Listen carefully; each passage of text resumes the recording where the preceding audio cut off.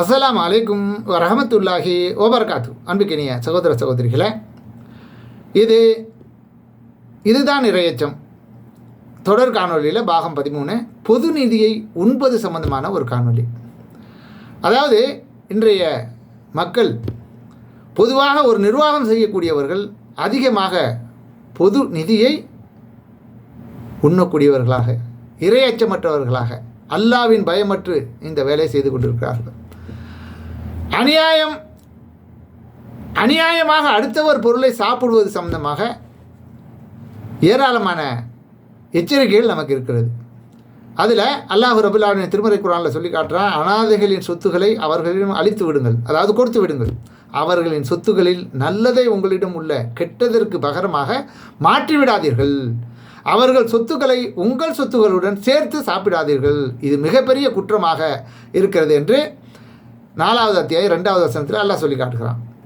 மேலும் நபிகள் நாயகம் ஸல்லல்லாஹு அலைஹி வஸல்லம் அவர்கள் கூறுகிறார்கள், அஸ் என்னும் குலத்தைச் சேர்ந்த ஒரு மனிதரை ஜக்காத்து வசூலிப்பவராக நியமித்தார்கள்.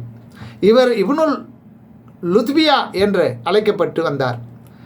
அவர் ஜக்காத்து வசூலித்து கொண்டு வந்தபோது, இது உங்களுக்குரியது, இது எனக்கு உரியது, எனக்கு அன்பளிப்பாக வழங்கப்பட்டது என்று கூறினார். நபி ஸல்லல்லாஹு அலைஹி வஸல்லம் அவர்கள், இவர் தன் தகப்பனின் வீட்டில் அல்லது தாயின் வீட்டில் உட்கார்ந்து கொண்டு தமக்கு அன்பளிப்பாக கிடைக்கிறதா இல்லையா என்று பார்க்கட்டுமே, இவர் எதுக்கு போனாரோ அதுக்காக லஞ்சமாக கொடுக்கப்பட்டது தானே அப்படின்னு சொல்லிட்டு, என் உயிரை தனது கைவசம் வைத்திருப்பவன் மீது சத்தியமாக, அதாவது அல்லாஹ்வின் மீது சத்தியமாக, உங்களில் யாரேனும் அந்த ஜக்காத்து பொருளில் இருந்து முறைகேடாக எதை பெற்றாலும் அதை அவர் மறுமை நாளில் தன் பிடரியில் சுமந்து கொண்டு வருவார். அது ஒட்டகமாக இருந்தால் கனைத்து கொண்டிருக்கும், பசுவாகவோ ஆடாகவோ இருந்தால் கத்தி கொண்டிருக்கும் என்றும் கூறினார்கள்.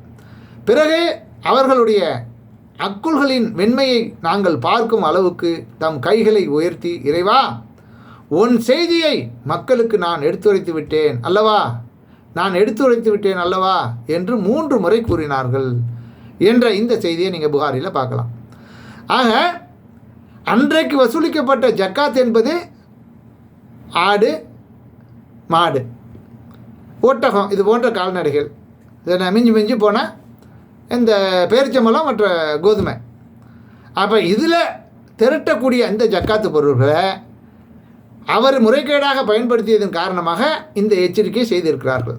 அப்போ பொது நிர்வாகத்தில் இருக்கக்கூடிய மக்கள் இவைகளை நன்றாக சீர்தூக்கி பார்த்து தங்களை திருத்தி கொள்ள வேண்டும். அநியாயமாக அடுத்தவர்களுடைய பொது நிதியில் கை வைக்காதீர்கள்.